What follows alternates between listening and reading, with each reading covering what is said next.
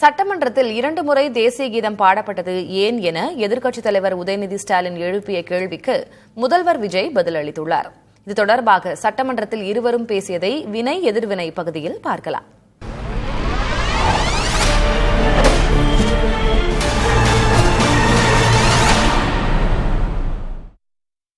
இந்த அவையில் இருக்கக்கூடிய மரபு கடந்த ஆட்சி காலங்களில் தமிழ்தாய் வாழ்த்து ஒரு முறையும் நிகழ்ச்சி முடிஞ்சோடனே தேசிய கீதம் ஒரு முறையும் தான் பாடப்பட்டு நிகழ்ச்சிகள் முடியும். ஆனா இந்த முறை நாங்கள் கேட்பது ஏன் 2 முறை தேசிய கீதம் பாடப்பட்டது அப்படிங்கிறது மட்டும்தான் எங்களுடைய கேள்வி. அப்படின்னா தமிழ்தாய் வாழ்த்தையும் 2 முறை நீங்கள் பாட சொல்லி உங்களுடைய ஆளுநர்கிட்ட நீங்க ஒரு கோரிக்கை வச்சிருந்திருக்கலாம். ஏன் தேசிய கீதம் 2 முறை பாடப்பட்டுச்சு?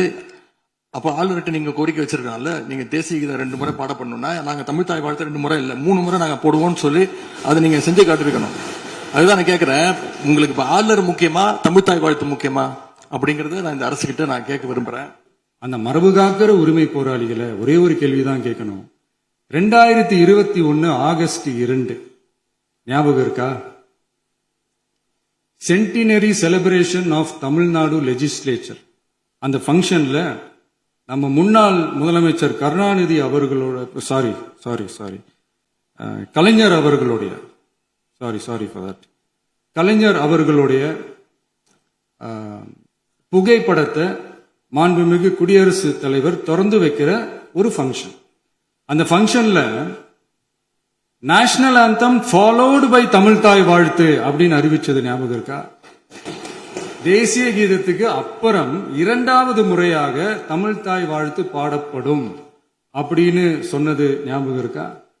அதுவும் முத்தமிழ் அறிஞர் அப்படின்னு சொல்ற நம்ம கலைஞர் அவர்களுடைய அந்த புகைப்படம் வெளியிட்டு விழாவில் அவர் இருந்த இதே சபையில தமிழ 2வது இடத்துக்கு தள்ளினது யாருன்னு ஞாபகம் இருக்கா? அது மட்டும் இல்ல, அந்த தேசிய கீதத்தை நாட்டுப்பண் நேஷனல் ஆந்தம்னு சொல்லி அதே ஃபங்க்ஷன்ல கடைசியா ஃபங்க்ஷன் முடியும் போது செகண்ட் டைம் தேசிய கீதம் பாடினதும் ஞாபகம் இருக்கா?